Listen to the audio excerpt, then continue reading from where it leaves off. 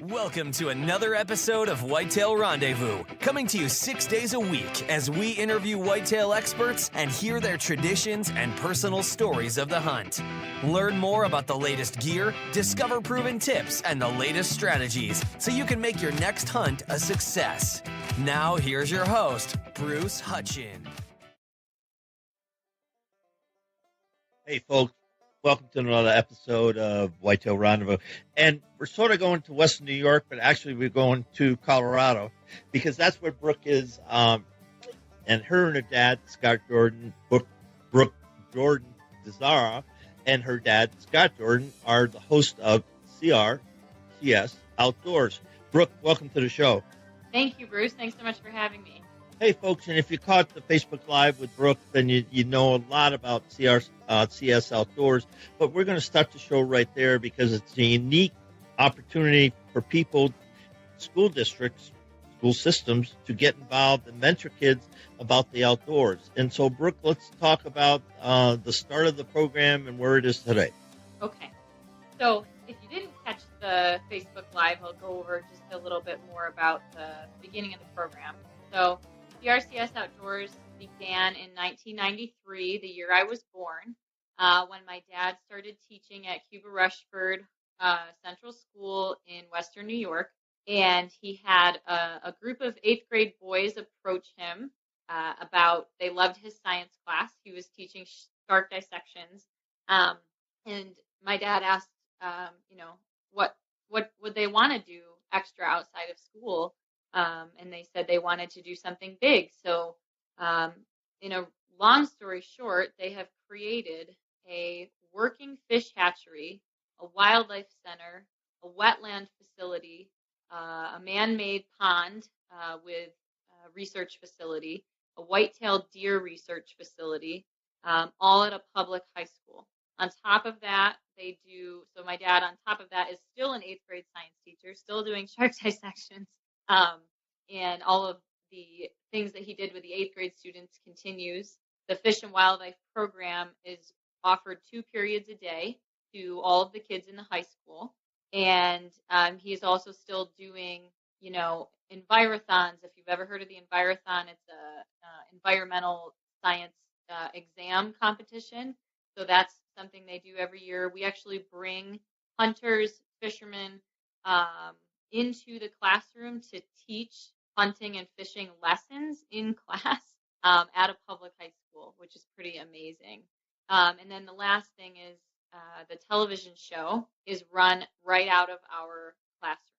So there are student editors that are able to actually do a lot of the work on our national television show.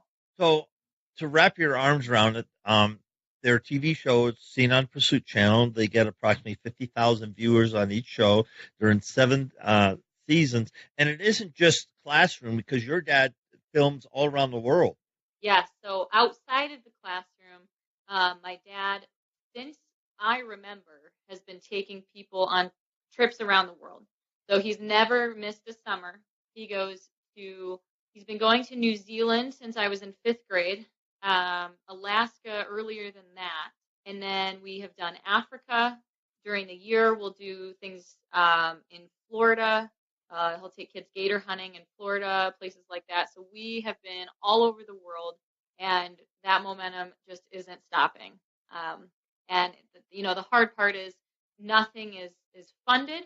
So many of the things that they do, like the programs, they'll write grants. A lot of times kids raise their own money to go on the trips, and the trips are open to adults and children, but obviously my dad can get the best deals for kids at cool places like that. That's amazing. And is he in New Zealand right now, or is he home? He just got home today, so I'm going to sign him up for his own podcast as well. Yay! But I run all of the social media, so my dad's like, you got to set it up for me if you want me to do something. So because he's been gone for 10 days. They were actually with another television show, Bone Cold TV. If you've heard of them, they are actually mostly online now, and they went together and took students with them. I think that's just amazing. We hear a lot of different chatter, social media, wherever, about about hunting, not hunting, anti-hunting. Is it good for kids, bad for kids, guns in school and all that. And then, you know, we find somebody like yourself and your dad that's, you know, making a difference in a super, super positive way because one, it's a curriculum. It's curriculum in high school. And then they get the journey, the experience. And I had a guest the other day, we were talking about, you know, hunting isn't always about the kill. It's about the journey. And let's talk about your journey as a hunter, as a woman who hunted, grew up in a hunting family, but you won some awards as a youth. And why did you win those awards? So the major award, which is the Safari Club and Cabela's Youth Hunter of the Year, to me felt kind of like winning the Miss America of hunting. I mean, it was just so amazing. And we, you know, there's a couple different qualifications for that award. One, you have to be a role model. Two, in a part of that, you have to have community service and a lot of outdoor experiences as well. You got to have the grades. So it's really kind of a well-rounded award is kind of the point. So basically that hunters are not just hunters. Hunters are changing the world in many different ways, but that hunting is at the forefront. And so for me, my journey started obviously very early. So my dad and mom, we have three girls in the family. So my mom had asked my dad after I was born, you know, do you want to try for one more and see if you get a boy? And dad said, no, she'll be just fine. She'll do, basically. And so from the time I was little, you know, there's deer hanging in the backyard. I'm helping gut deer from the time I'm tiny. It didn't seem weird to me. Was just a part of regular life. I'd go trapping with dad. And sometimes he'd take me with him, which was fun from a very young age. But really where things started to change was when I was about 6 years old. Dad set me up with a 22 and asked me to target shoot and see how it went. And he set up this mushroom and had me shoot it. And he said if I got it, he'd get me an ice cream sundae. And so, of course, I was 6. I was super excited about that. And I took 3 shots, and Dad was like, didn't seem like it did anything. So he's like, all right, sweetie, that's okay. And we go up to it, and I had 3 holes in a pattern in the middle of the mushroom. So we knew that I was a good shot from the time I was little. And it's one of those things where it builds confidence in you as a kid when you're being successful at something. And for me, it was a really interesting journey, particularly as a woman, because as a woman, you're bombarded with a lot of different messages throughout your life. And I was very small as a child. So I tried sports as a little kid, and my dad always joked that he didn't think I'd be an athlete because he didn't think I could run. So there were a lot of things that I wasn't super great at from a young age. The only thing was singing and shooting were things that I was a natural at. And so you wouldn't guess that because my blog that I have actually is a jack of all trades, master of some. So the idea of I'm really passionate about doing as many different activities as possible. And as I grew up, I became a 3-sport athlete. I was in theater. I was a dancer for 17 years. I hunted, I fished, I did all these things. And really that confidence came after being good at shooting and being in the outdoors. And so I got a lot of messages through middle school, all of a sudden that hunting was weird and hunting wasn't cool, which was really hard for a middle school girl that just really wants, to fit in and be well liked. That's kind of, if you can get inside a preteen's brain, that's the ultimate thing that you want. And so that was really hard for me in the beginning. And I'm also pretty feminine. So I've always loved, dresses, and I have 2 sisters and, mani-pedis and all those kinds of things I love too. So I think growing up, I was under this impression that you could only have one way. You couldn't have both, right? Because I didn't have really female mentors that I felt showed me I could have both.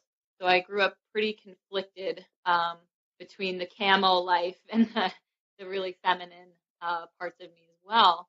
And after my first big game hunt, which ended up wasn't a whitetail, because in New York State, when I was growing up, at the time you had to be 16 to hunt a whitetail. So I hunted little things. After I got my hunter safety course, I got a turkey. But my first big game animal was actually a red stag in New Zealand. And that totally changed everything for me. And, we'll talk about women in the outdoors and confidence and things like that. But to put it all in one space, I was still pretty small and pretty weak, at age I was just turned 13. And I went with other girls who were a lot bigger than me, a lot stronger than me, a lot tougher than me. And I had exercise-induced asthma at the time. And so I thought that was a really good excuse to be like, oh, having a really hard time on this mountain. I've got exercise-induced asthma. And my guide pulls out an inhaler and was like, you don't have an excuse. Like he was too. Whoa. Yeah. So how'd you deal with that? I mean, that was in your face. I know. I just was like, okay. So I had to really toughen up. And after I got the stag, I had to carry one of the whole legs down, which was practically my size at the time. I didn't hit my growth spurt until 15, I don't think. And that whole experience just made me so much tougher. And that same trip, my dad and I went and shot a wild goat in the same trip. And we kind of got a little lost for a while and had to carry it spit style on a stick over our shoulders.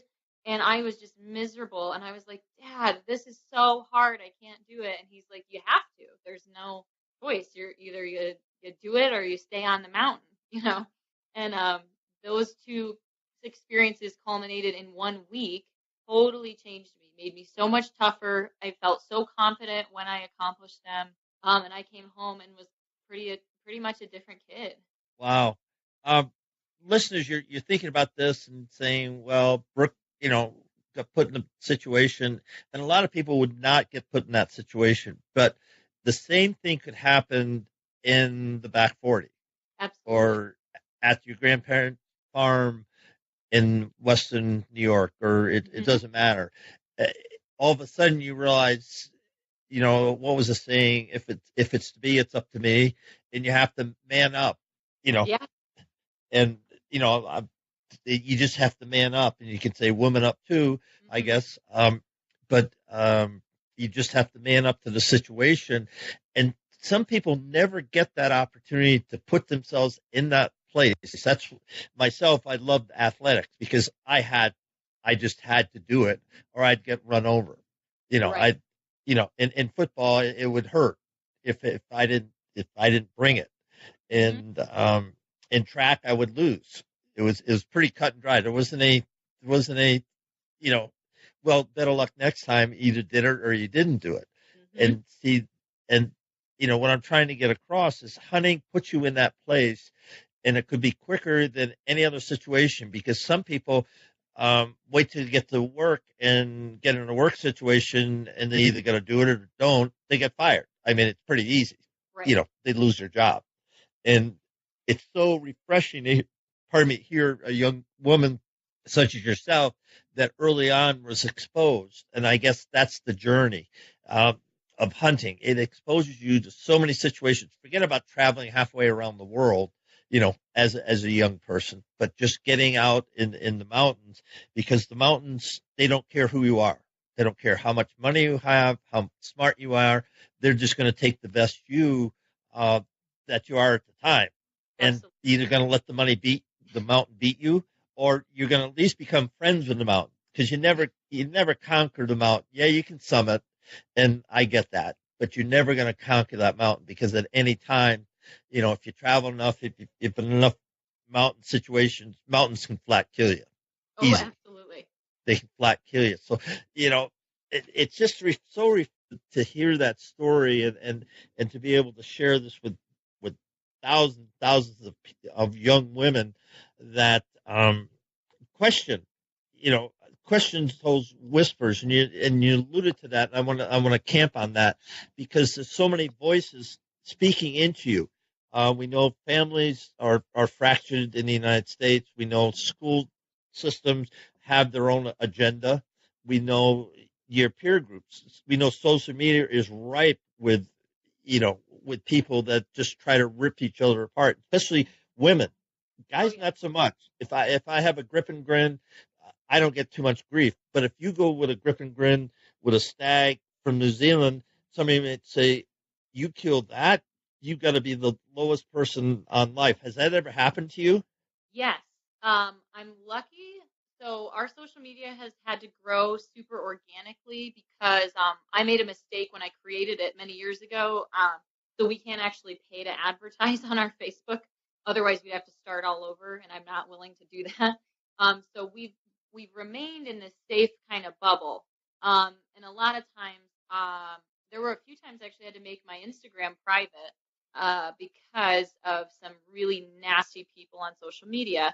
And I am afraid of that. But at the same time, I've grown really tough skin about it because I live in that world of social media and I understand how many people are trolls, how many people don't actually care, how many people who get on there and say something rude but really don't even have a profile, so you can't even go see what they're all about. And so I have defended my way of life since probably sixth grade. I remember the first time somebody mentioned to me, it was a good friend of mine, and she was like, "Yeah, I don't really like that you do that." And I was like, "What?" And especially because where I grew up, I mean, it was pretty accepted. It was more when I went to college and have, grown up that I've really had to defend myself. And part of the whole package for me and actually with my husband, we're both young working professionals. We're educated.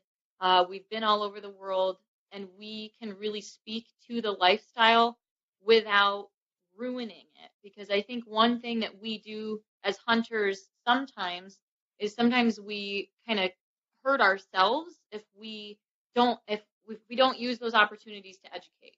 So if you only use it as an opportunity to hate back and forth with someone, you're not going to get anywhere.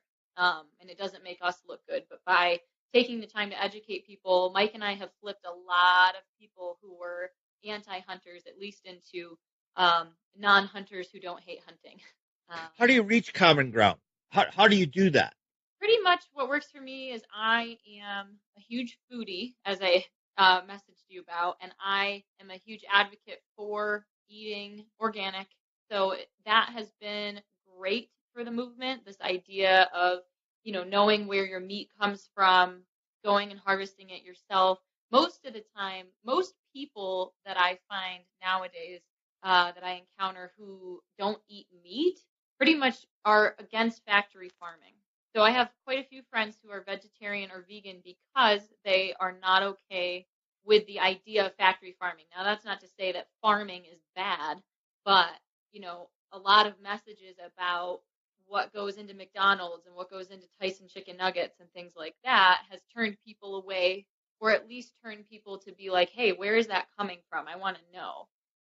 And same with even our vegetables and things like that. People want to know where their food comes from and that they're sourcing things in an environmentally friendly way.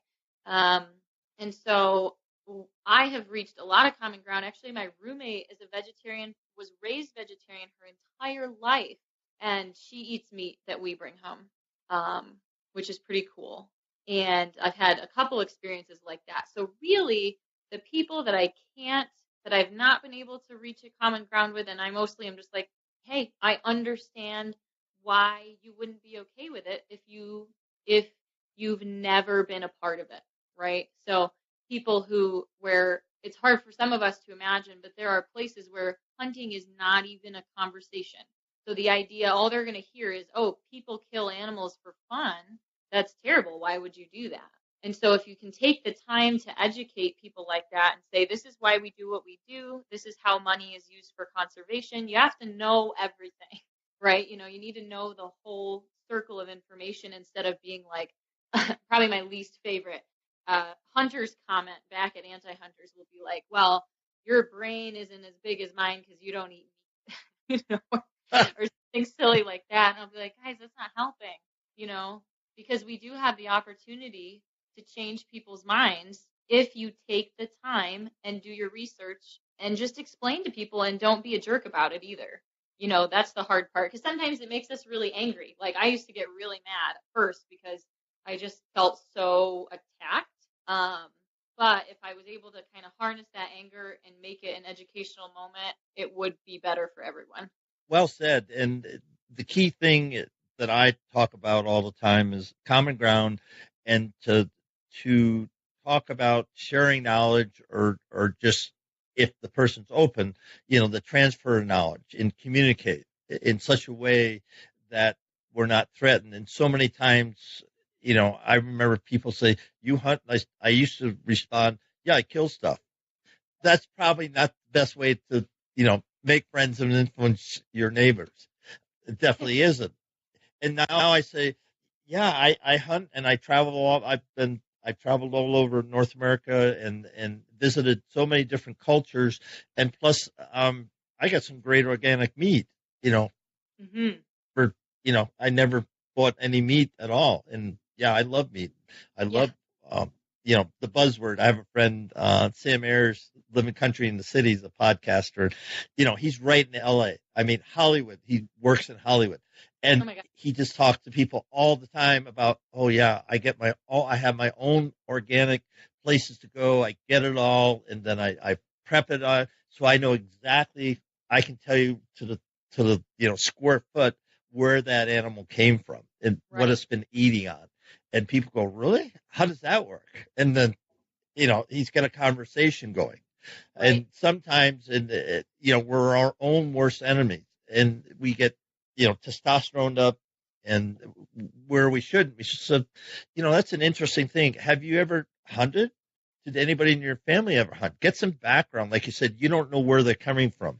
And Right. people only know what they know. Yes. That's all. I mean, it sounds simple, but that's all they know is what their whole culture.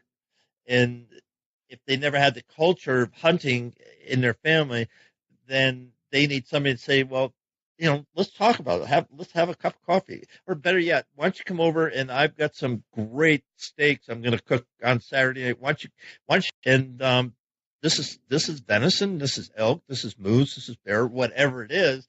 And you go, this is pretty good. Yeah, that's what I eat. And I don't go to the store. Yep. Your thoughts on that?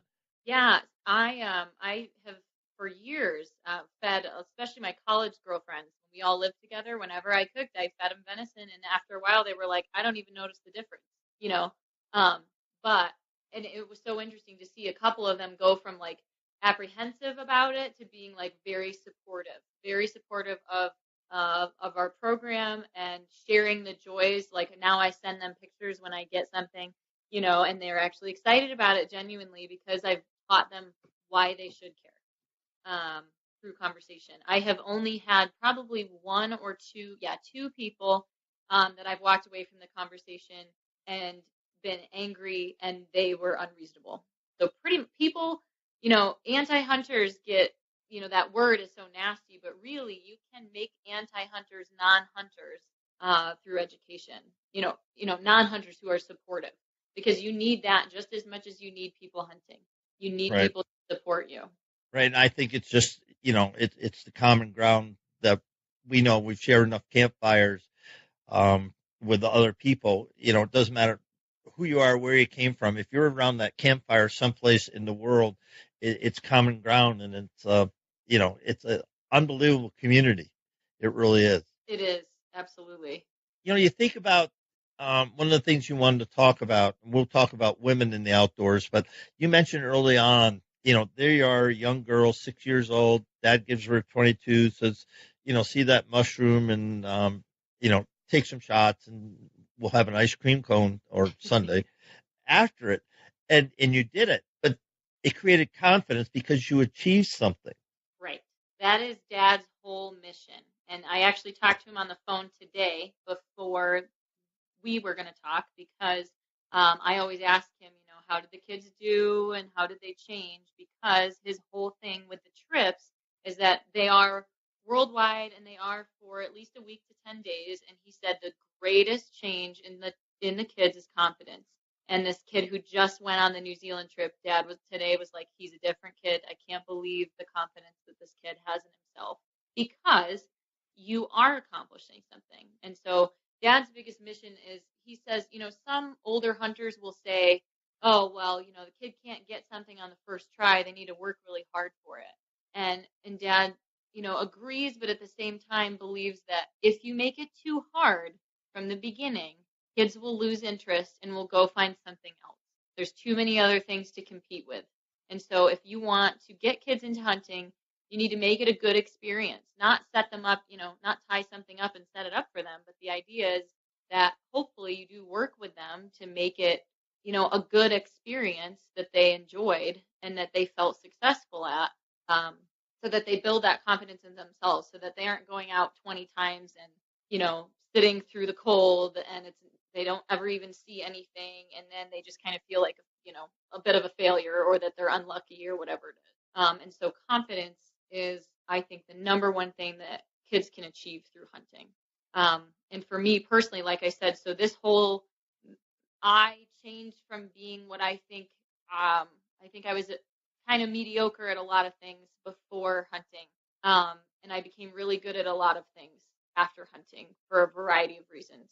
I got to travel the world and see different cultures and understand how other people live too. I was successful at something. So again, shooting, I was always really good at, and I aim to only ever shoot an animal once. That's always my hope, is that I can take him down with one shot, for many reasons. And I feel my success can feel contingent on that sometimes. And then when you work really hard for something, so okay, you've got confidence built, you've started in the hunting community, maybe you've gone after some small game and been successful. Now you're willing to put in the work for something greater and bigger, and put the time and the effort to be successful. And then when you are successful, it just feels so much greater because you have worked so hard. But I think you have to build that foundation with kids first. You can't just be like, well, life's hard and this is going to be hard and you're going to like it. Wow, you just said a lot right there, because it is the situation, and we mentioned it before, about putting yourself into the place to succeed at something. Right. And life is a steps of a building block, because think of all the famous football athletes. Doesn't have to be football, any athlete. They didn't start being the number one person in the world. You watch a great golfer, and they didn't start doing that, but they did it. Repetition, success builds on success. And that's why so many athletic programs, especially in high school and college, they have a formula for success, because it's bred into the expectations, and then they have it down that if you go to in Colorado, there's the school in Denver that has won so many championships. It's a private school, but when you go there, you're expected to win. Right. And sometimes that's good, and sometimes that can blow up in your face, because if you don't meet the expectations, then there's hard things to come from. But if the expectations are set in the right way, and I think hunting is just it's a pure endeavor, if you will, because it's you in the mountains, you in the plains, you someplace, and trying to figure out how to outwit this buck that lives on 40 acres. Right. And that can take a lifetime. That can take a lot to do, but it's the challenge. See, let's take a little break here and ask this. I'd like to ask this of all my guests. So you're a young woman, and you know a lot. You've traveled a lot, but what would you say is the one big thing that you wish you knew 5 years ago that you know now in regards to hunting? Okay, let's see. 5 years ago in regards to hunting. So before 5 years ago, yes. So that's actually that's a good number, because it was around that time 5 years ago that I got my award, and the year I got my award was the same year that around the same time that the Sandy Hook school shooting happened, and very quickly after that happened, and I knew that I was going to get my award in January, my dad was like, you need to step up your knowledge base. And in regards to understanding why we hunt, it's one of those things that when you grow up, when you're lucky enough to grow up with it, things are ingrained. Things just make sense naturally. But that's when I really had to kick it into gear and say, this is why I do what I do, because my way of life is going to be threatened, right? And so I would have told myself long ago to begin to understand that at a younger age, because it really took through my early 20s to understand the whole circle of knowledge. So I would encourage younger people, younger hunters, if you want to see this way of life continue, you need to educate yourself in our world. So whether that be understanding the economy, understanding conservation, things like that, you need to know your stuff, because otherwise you won't be able to use those educational moments. You'll just be another person in the crowd screaming insults at people who don't know why you do what you do. Thanks for that. So let's switch it up. Let's talk about your favorite hunt up until age 15, and then we'll do till age 20, and then we'll do the age 25. So okay. 3 favorite hunts. Okay. So one I was really proud of. So I wasn't able to get a whitetail deer, I don't think, until I was 16. So one of my favorite hunts, I was in 8th grade, and this was the year following the red stag hunt that we talked about. So I actually called in a turkey by myself and shot it. And it was so exciting. And you know how turkeys are. Like, it just gets you so riled up when you're calling back and forth. And I could use a mouth call at the time pretty well. And this bird comes into view. I was sitting on a tree. It was a beautiful day. Kind of this opening in the forest. And Dad was behind me filming. And all I ever wanted when I was growing up was I really want to impress Dad by doing it all by myself, and it's hard because hunting is kind of a group effort sometimes, especially when you're on such large tracts of land like at home. And so this bird comes in, it's gobbling. The gobble sounds younger, but, it didn't sound like a beastly old Tom, but it comes into view, and I'm so excited. Can't believe that I've called it in myself. I shoot it. Turns out it was a bearded hen that was gobbling. Yeah. Gobbling. Oh my goodness. Crazy. Like, you would never know. You would never know. It was absolutely insane. And she had 2 beards. Oh my goodness. I know. And, so that was, and that's legal. I mean, that's legal, right? Yep. It's a bearded bird. So that's why I shot it, because I'm like, oh wow, look, it's got a great beard. Because it was, it wasn't in like a full puffy strut when it came in. It was walking and kind of was smoothed down, and then it had the beard. Yeah. But it had 2 beards. Oh my goodness.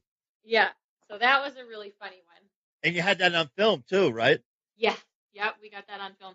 Unfortunately, film has changed so much since then. So a lot of our stuff that we filmed back then, you couldn't put on TV now, So that was probably one of my favorites when I was young. I mean, the big game stuff I was absolutely in love with. And then you said, or did you want to? Well, let's talk about your first whitetail. Let's talk about your first whitetail. Okay. So I'd like to talk about 2 whitetails quick, because my first whitetail, again, I had to go around the world to shoot big game, because you have to, at the time you had to be 16, and I think they moved it maybe to 15. Like I was on the cusp there, and now I think it's 14, if I'm correct, in New York State, but it's still higher than a lot of other states. And it was a really cool short hunt, actually. I have put in the hours, man. I mean, I have done, 13-hour days in a blind, freezing cold, numb toes, things like that. And this was one of those like really pleasant short hunts after school. And my dad came rushing home after school and was like, get your gear. There's a buck right out kind of in the open on our property. And I was like, oh my gosh. Okay. So, we get all geared up. We go, we put on a stalk, and he's still there. And it was just one of those that kind of felt like it was meant to be, because it was like he waited an hour from the time What? Dad was there, came and got me. We came back. We did a stalk. He's still there. And he gave me a perfect broadside shot, and I knocked him right down right there, one shot. And he was a 5-point buck, and he was actually injured, which is why he was hanging around that spot. He had like an arrow through the back leg. So he wasn't like totally crippled, like he couldn't walk, but he wasn't. He was hurting. Probably Right, would have he was struggled hurting. through the winter. So we were super excited about that. So that was my first whitetail. I was very proud of that. And then That was with a rifle? Yeah, yes. That- So I use a 7mm08 Savage for everything, pretty much. We can rifle hunt deer at home, but there's a lot of places around us you can't. You have to use a shotgun. So I've always loved rifle hunting just because I feel like it doesn't pressure the deer in the same way. But some people have no choice. There's some counties you can't. My husband grew up, you could only use shotgun. So, and then we were lucky to gain access to land near us, a friend's property who lets us hunt. They have big deer every year, big for us especially. And my whole thing was I just want to take an 8-point, a nice 8-point, because we want to practice quality deer management. And so it was my junior year of college, and I'd gotten great 8 points, great for me, but they weren't like a special class or anything.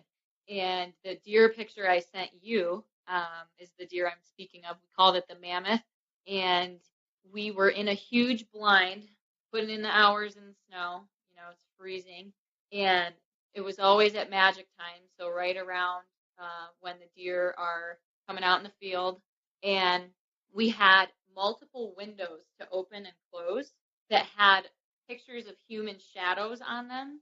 So they always think that there's a person standing it looks like a person's always standing in the windows. So they're not like confused. And we saw this 8-point come into view, and he was a decent looking 8-point, and we were super excited. So we had to close this window and then open the other window. And while in the process of opening the second window, the deer actually switched places, and this giant deer comes into view.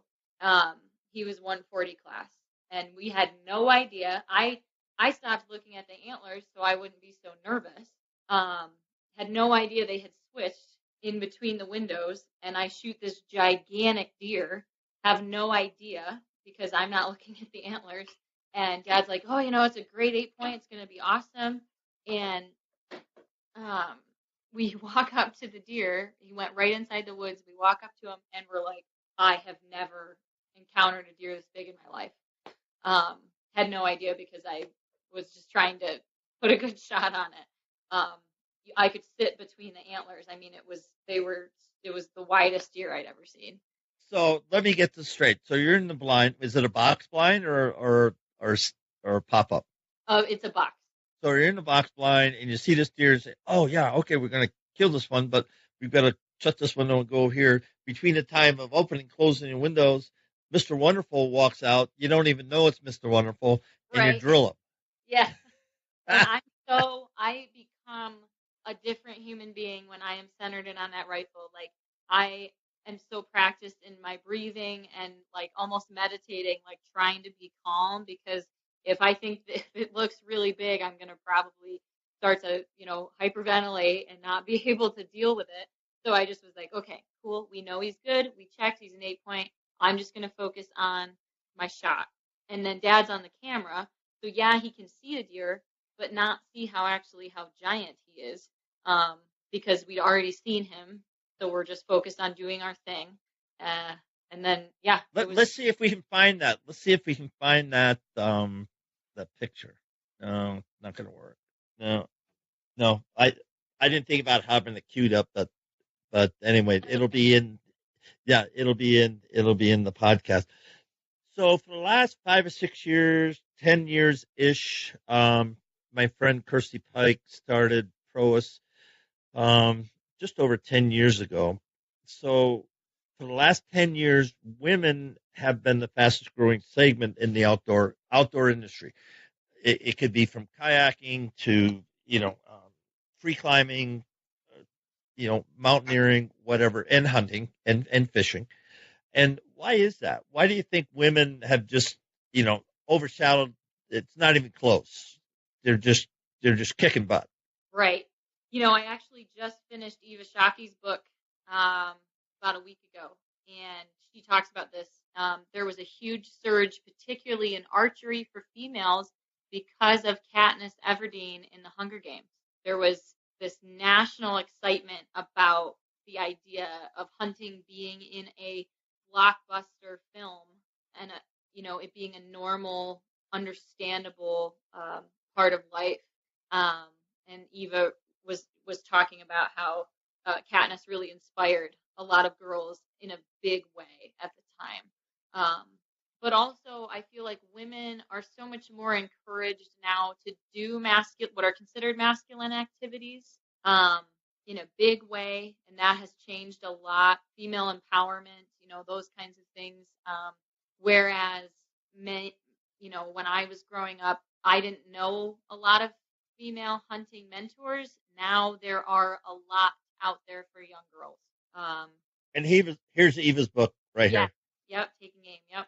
So, folks, if you can see that, ladies, it's worth the read. Guys, it's worth the read. Not just because her name's Eva Shockey, but there's really some good nuggets in here and talk about sharing knowledge and the hunting experience. Great book. Eva, I loved reading her book because so much of the experience felt similar between her and I and her dad and my dad. And actually, Eva and I met multiple times. Jim presented me my award back in 2013, and I didn't even know who Eva was yet. I was just so kind of starstruck meeting Jim. And Eva popped up and was like, "Hey, we should go hunting sometime." And we emailed back and forth for about a week, and then not long after that, remember both her grandfathers died, and she pretty much blew up right after that. So she went through the grieving phase there and really blew up and became super popular after that. And we just never made it happen. But I have watched her grow ever since then. From I didn't know who she was to she's the biggest female in the industry. Which has been really amazing. And I'm just so excited that little girls, have someone on that level who, again, teaches girls they can be feminine and they can be hunters. And it's not a mutually exclusive thing. No, and like Kirstie Pike, when she started with Proas, she was sick and tired of wearing men's clothes. That was the drill. Steve, her husband, she would just get stuff from him or whatever. And, it was just like, stop. It's not cut right. It doesn't fit me right. If I'm going to hunt all day, hunt hard, I need something that's going to work for my body. Right, and exactly.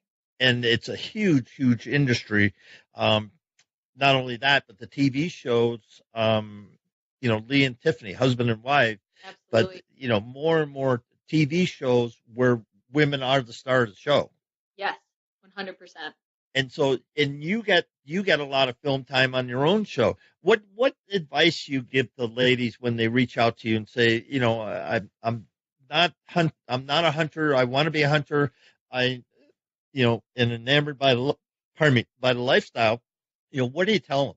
So I've actually had the privilege to take, through our program, we also do focus on women, on getting women in the outdoors. And I've had the privilege to be on some of those hunts and actually have taken one of my college girlfriends to take her first animal. And I've had a couple girls, be like, how can I do this without, a mentor? Because a lot of the women that I know or that I've helped have had the mentors through our program to help them become hunters. But if you're in the middle of the city, it's not so easy, right? And so a lot of the times what I will direct people to first and foremost is, if you are serious about it, you got to get your hunter safety, because I can't, there's nothing I can do before that. And so I've sent a lot of people that way. And at home we have female leaders who run our hunter safety courses. A lot of them are interested in archery, so I'll talk to them about, okay, hunter safety first, then let's go to a range, let's go to an archery club, and do that first. I've got friends here right now asking me to do that, so we have plans to take them to a rifle range and the archery club, just to see, would you even be comfortable? Because a lot of people that you're talking about in this light probably have never shot a gun or a bow and arrow to begin with.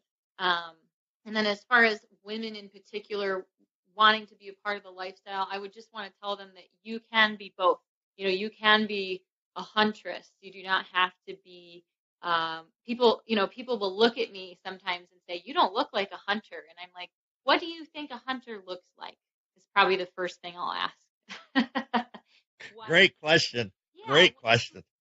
What do you really think a hunter is supposed to look like? Do you think they look like cave people? Like that's always cracks me up. And so the idea that ladies, you can live an outdoor lifestyle and still be a girl. It's okay. That's for sure. We're going to wrap up the show and talk about some of the lessons learned. We've touched briefly on a lot of them.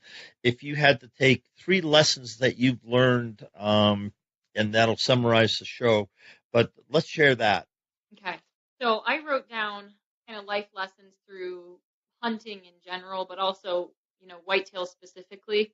Number 1 is endurance. So I feel like in our ever-changing world, we have the ability to change our minds a lot and do lots of different activities. So if something is too hard or something's going too slow, we'll just move on to something else, right? And so this idea through hunting that it teaches you endurance of your mind and endurance of your body is something I think is really important for the kids that are going to be growing up in this very technologically advanced world where we're just moving so fast, right? And so that can be, if you want to think about it mentally and physically, hunting makes you sometimes really cold, like colder than you've ever been in your life, and you might have to sit in it for 13 hours. It can make you really bored if you're not seeing anything and you have to sit. It can also be extremely grueling if you are spot and stalk hunting somewhere that's really tough. My favorite hunt to talk about was my tar hunt in New Zealand in 2014. I hiked 20 miles on the side of a mountain and had to carry him on my back. And I wanted to give up most of the time. I wanted to cry. At one point, I always joke, we made it down, this valley. We were probably 30 yards from camp. I have this goat on my back and I have hiked 20 miles and I was so spent and I fell because I have all this weight on my back and I fell in the water and I just told my dad to leave me there.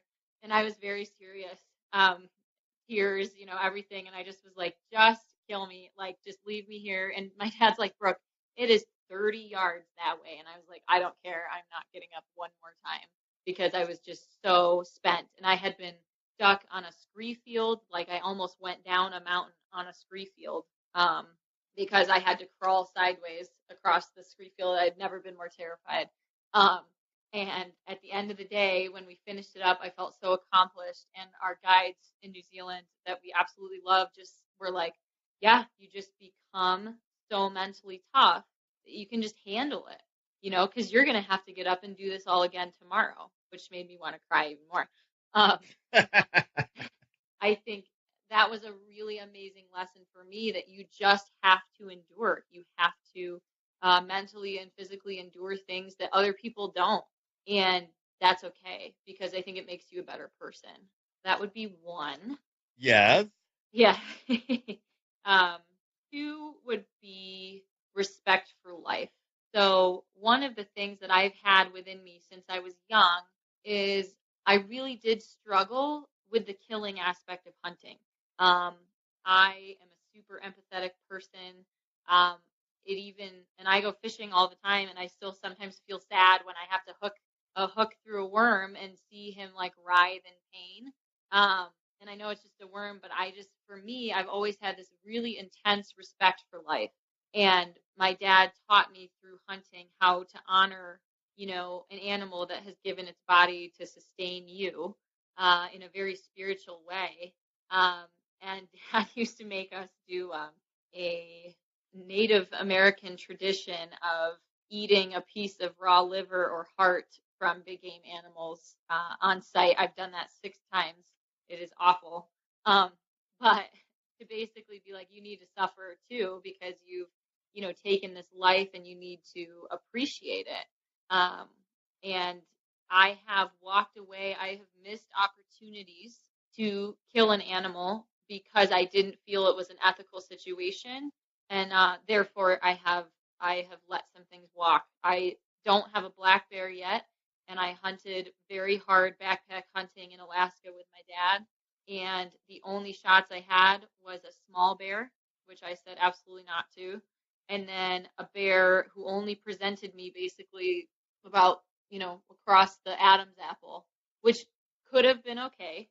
But I felt that I couldn't make a great shot. And therefore I wasn't going to try on that shot, because it was not only would it probably wound and hurt the animal, but then now I've got an angry bear that I shot and I'm in the middle of the wilderness and I'm going to have to deal with.